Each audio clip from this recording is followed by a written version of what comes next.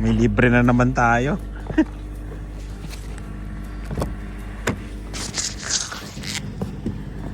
Yan. Dito ka muna. Libre. Libre to. Libre to.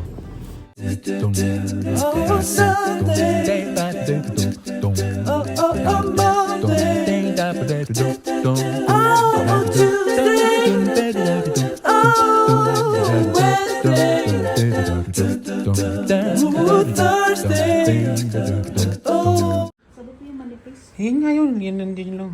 Ay, oo. Thin crust. Sorry. Ba't gusto mong thin crust?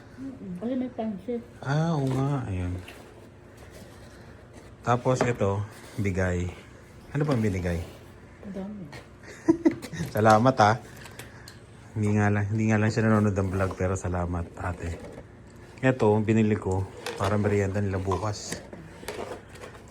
Pero ito, bigay. Oh, Detroit to ah. Oo, tsaka ito. Yung bread. Yun, kain tayo. Pero mas gusto ko tong pancit. Wala pa yung mga ano? Yung dalawa. Malamig? Malamig. Ay, ano sa si Dylan sauce? Hala, lumilipad pa yung...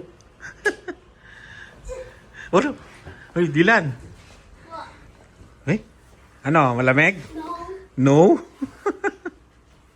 No daw eh. Sarado mo, please. Sarado mo yung refrigerator. Yung freezer. Ano, malamig? No. No.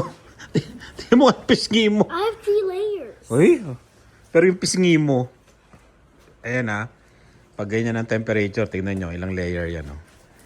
Oo, di ba? I have 3. I May, have 2 layers here. tapos meron ka pa panloob. Ngayon, kain na. Take my sweater off. Oo, kain na. Merienda, kain na. Yung, ayusin mo muna yan. Ayusin mo, tapos... Ayaw mo ng ano? Ng pizza? Gusto mo ano? Pancit?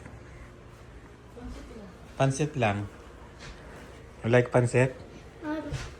Ha? Hindi sa ano yun, sa bisita. Oh, mabait yan eh. Oh. Hindi namimilit. Hindi, sa'yo yan. Sa inyo ni Kuya at saka ni Ate. O yan, kain na. Yangan mo yan. Hanger mo muna. Ito ko. Hanger. Diba? Jacket. Mas magaling pa si ano eh. Si Dylan. Yangan na rin yung jacket mo dyan, Dylan. Isabay mo na yung jacket mo. Yung ano mo, hanger.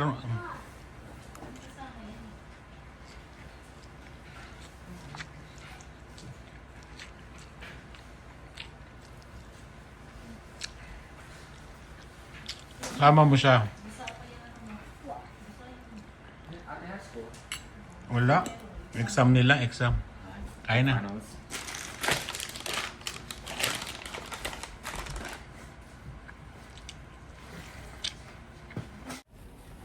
Yun. Kagagaling lang natin ng trabaho. Bali, maghahati tayo sa airport pero yung RAV4 gagamitin natin. Kasi hindi nagamit ko. Kunin ko lang yung aking lisensya. Salitan natin. Para ano. Hindi nagamit ni Lian kanina eh. Sabado kasi ngayon eh.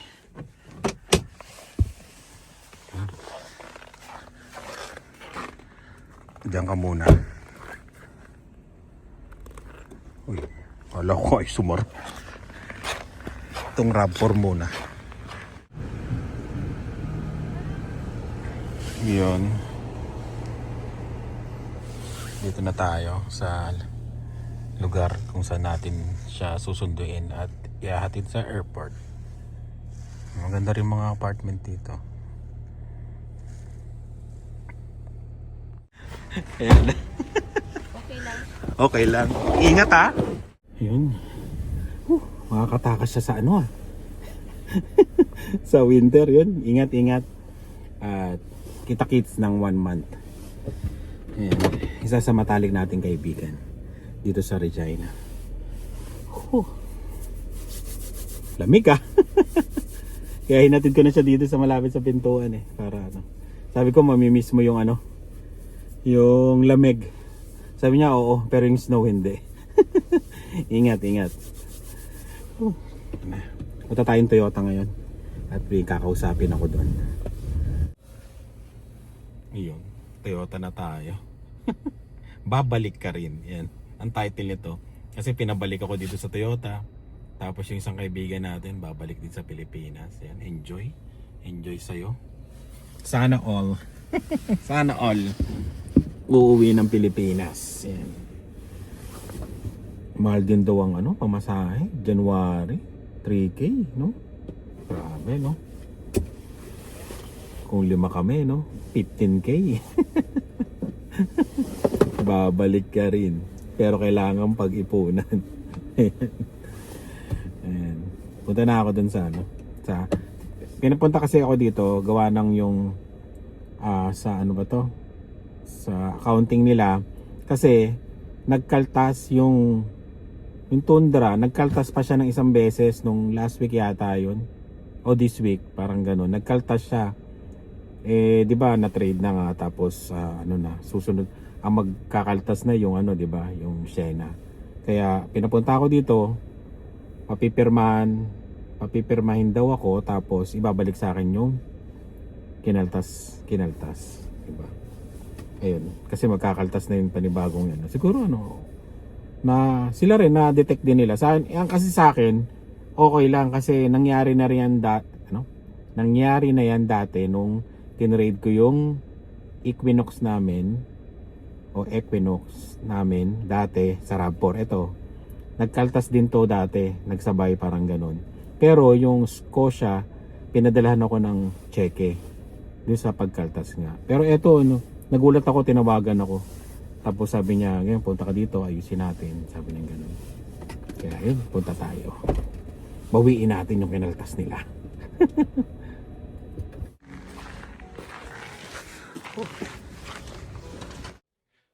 Yo. Dami na namang ano, sasakyan no. Ayan no, may RAV4 dito. Prius, tapos CHR. Yun, ginabi na tayo. May Land Cruiser oh.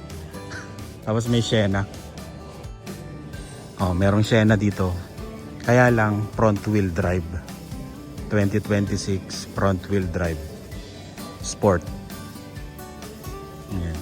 Tapos ito Land Cruiser. Di ba?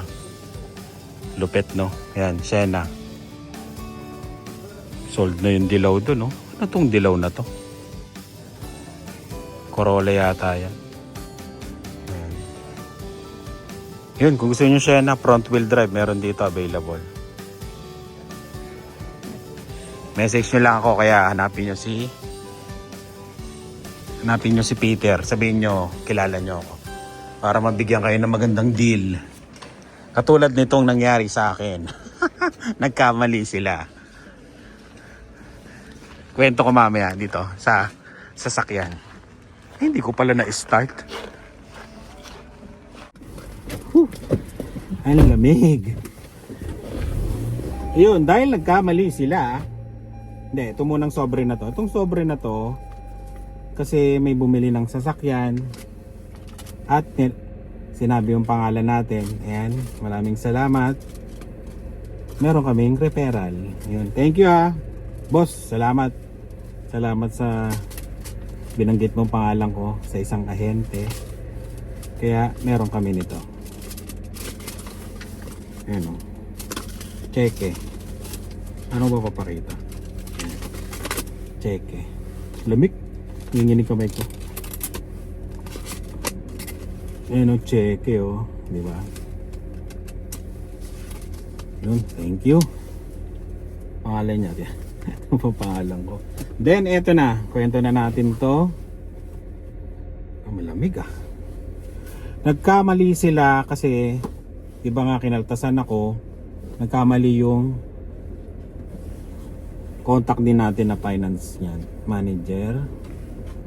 Dahil daw kinaltasan ako, At hindi ko naman daw yun kasalanan nila. Pasensya na, nanginginig yung katawan ko. Ang lamig, hindi ko na start. Ayan. Binigyan nila ako ng credit na $500. Baka kasi magreklamo ako. Ayan, teka lang, paano ko ba papakita to?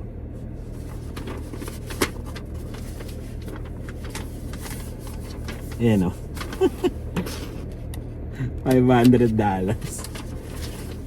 Ayan. Parang card yun na pwede kong gamitin dito ng kung ano gusto kong bilhin. Gulong, mags, o papa-change oil ako, ganun. Pero eto, baka pag pinag-change oil ko to, dito ko gagamitin. Tapos, yung Shena kasi, 5 years yun na may na warranty yun. Bali 3 years na service, libre rin. Ayun. Plus basta 5 years yun eh. Tapos dahil nagkamali sila, syempre hindi ko na mapapakita. Nanginginig talaga ako. Lamig. Hindi ko na mapapakita kung magkano. Ayun. Bumaba yung bi-weekly ko. Dati, kasi nga 'di ba nakipag-deal ako, ganyan, deal. So sobrang siguro naguluhan na sila doon. Ilang beses akong nagpa-compute sa kanila doon tapos ayoko, ganyan. Nagkamali sila ng kung ano-ano, ewan ko lang Nung dumating sa bangko, ayun. Sila daw ang nagkamali doon. Bumaba ang aking bi-weekly. Diba?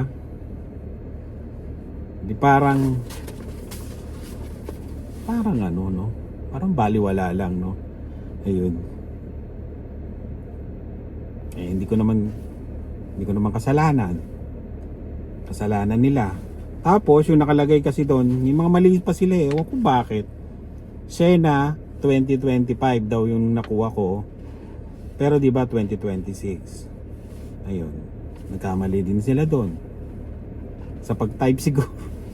Dahil daw sa problemang nagawa nila, kaya nila ako binigyan ng 500. Diba? Thank you. Diba? Yan, sinulat ko po yung mga 5 years warranty, 3 years pre-maintenance. Yan, yung mga change oil, kung ano-ano doon. 3 years yun. Parang may 8,000 to basta abot ng 3 taon. Tapos yun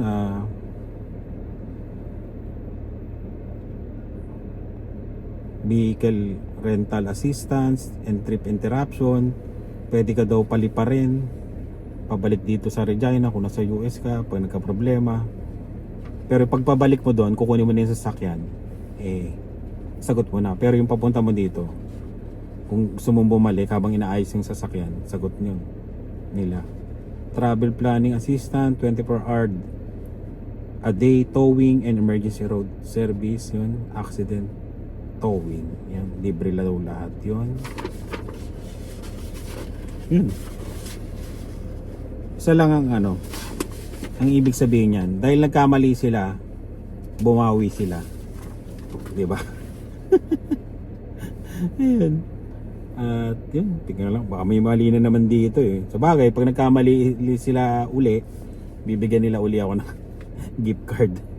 Pero yan, binigay gift card dito mo gagamitin. Kaya okay na rin kasi pag nag-change oil ako, pwede ko ditong gamitin. O kaya gusto kong bumiling gulong, dito ako bibili ng gulong, di ba? 500 din yon. Ilang gulong na yon? O yung Shena, 2 gulong na lang. Ay, parang nalibre 1 gulong. Kano ba gulong ngayon? Winter, no? Susunod. Basta, hindi naman daw na-expire yon. Kaya, pwede natin gamitin. Yun, at okay, all-wheel drive. Baka mali kasi. Shena, 4-door, all-wheel drive. Okay. All-wheel drive. Yung email ko mali na naman, Yung lumang email ko, pero okay lang yan. Nabubuksan ko pa naman. Yung color pala nung ano natin, Sienna natin, ay wind chill. Wind chill. Yun yung pang tawag. Ayan.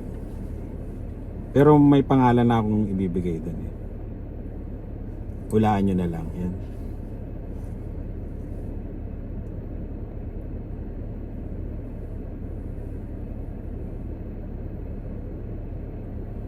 Okay.